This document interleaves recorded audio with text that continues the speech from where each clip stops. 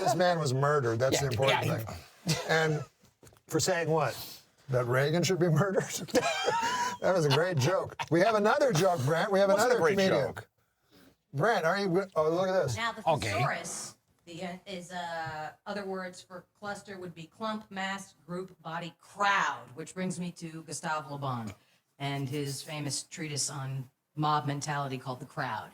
Whenever you're in a crowd, unfortunately, the IQ of the crowd tends to sink to the lowest common denominator, and that's where you get mob violence or the unexamined narcissism of nationalism and jingoism and sports enthusiasm and things of that nature. That to me is a clusterfuck because you can get stuck in that and you would like to have a more I-thou relationship with the world instead of the I-it clusterfuck of the crowd. She was shot.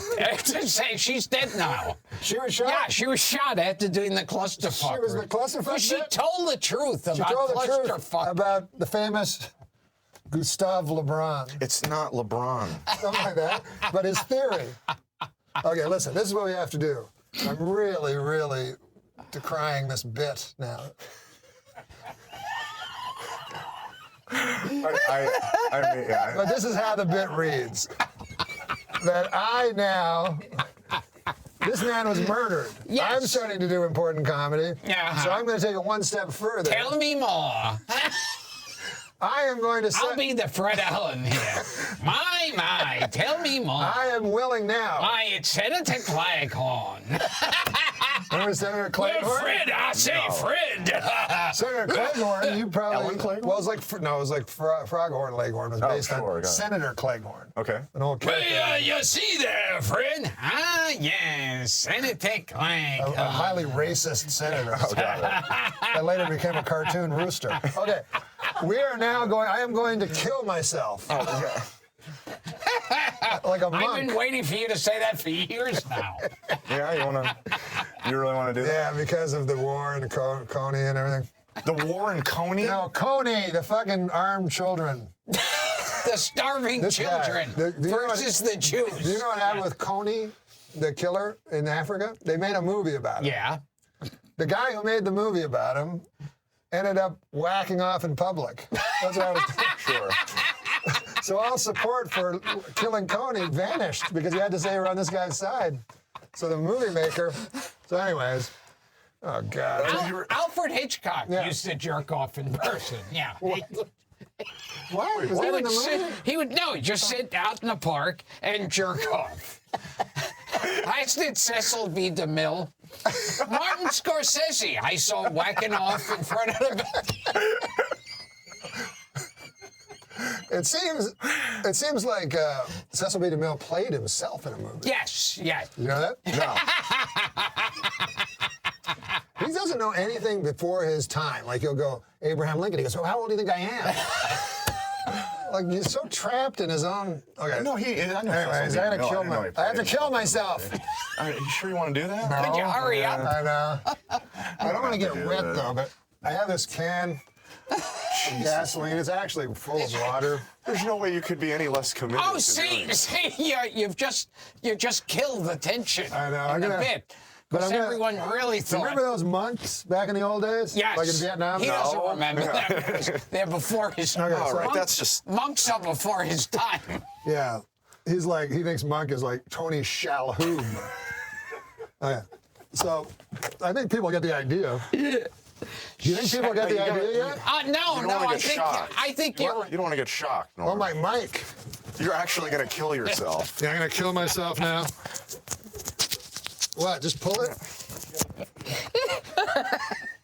Come on, Gilbert, you gotta... Yes, yeah, what am I supposed Gilbert to do? and I both got fired from Saturday Night Live. I think it's pretty clear now why. I can play along, right?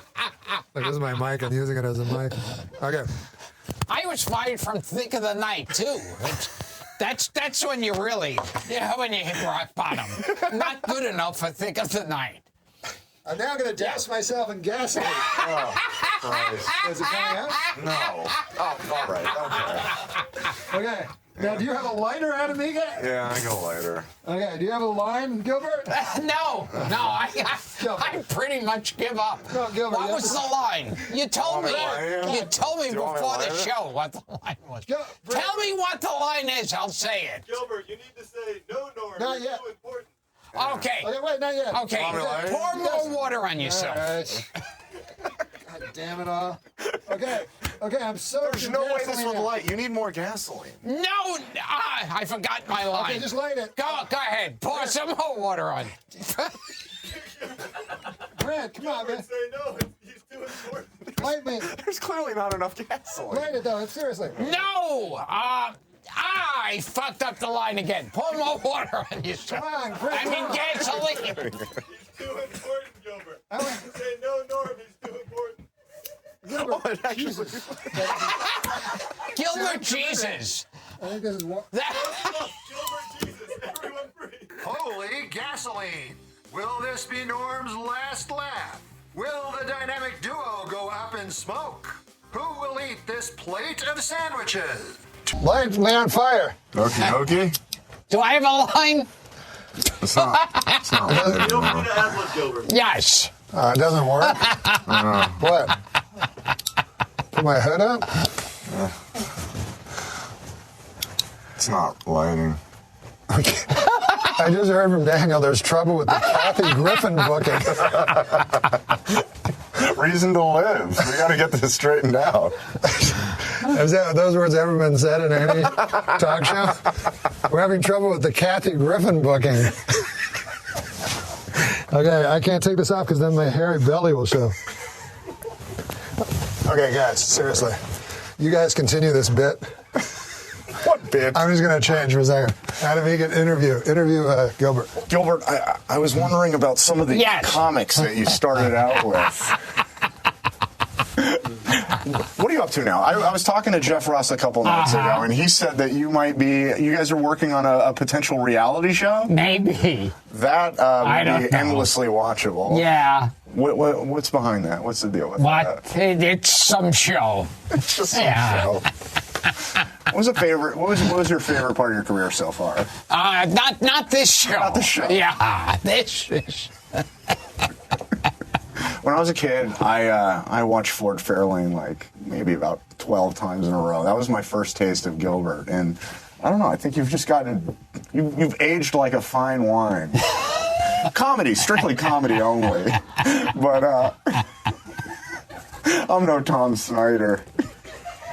Or Woody Woodbury. Who's Woody Woodbury? Yeah, you'll have I don't to know. look it up. Well, fill me in. No. All right. He was big. Woody Woodbury was big. Yeah. How big? Like, what did he do? Not big at all.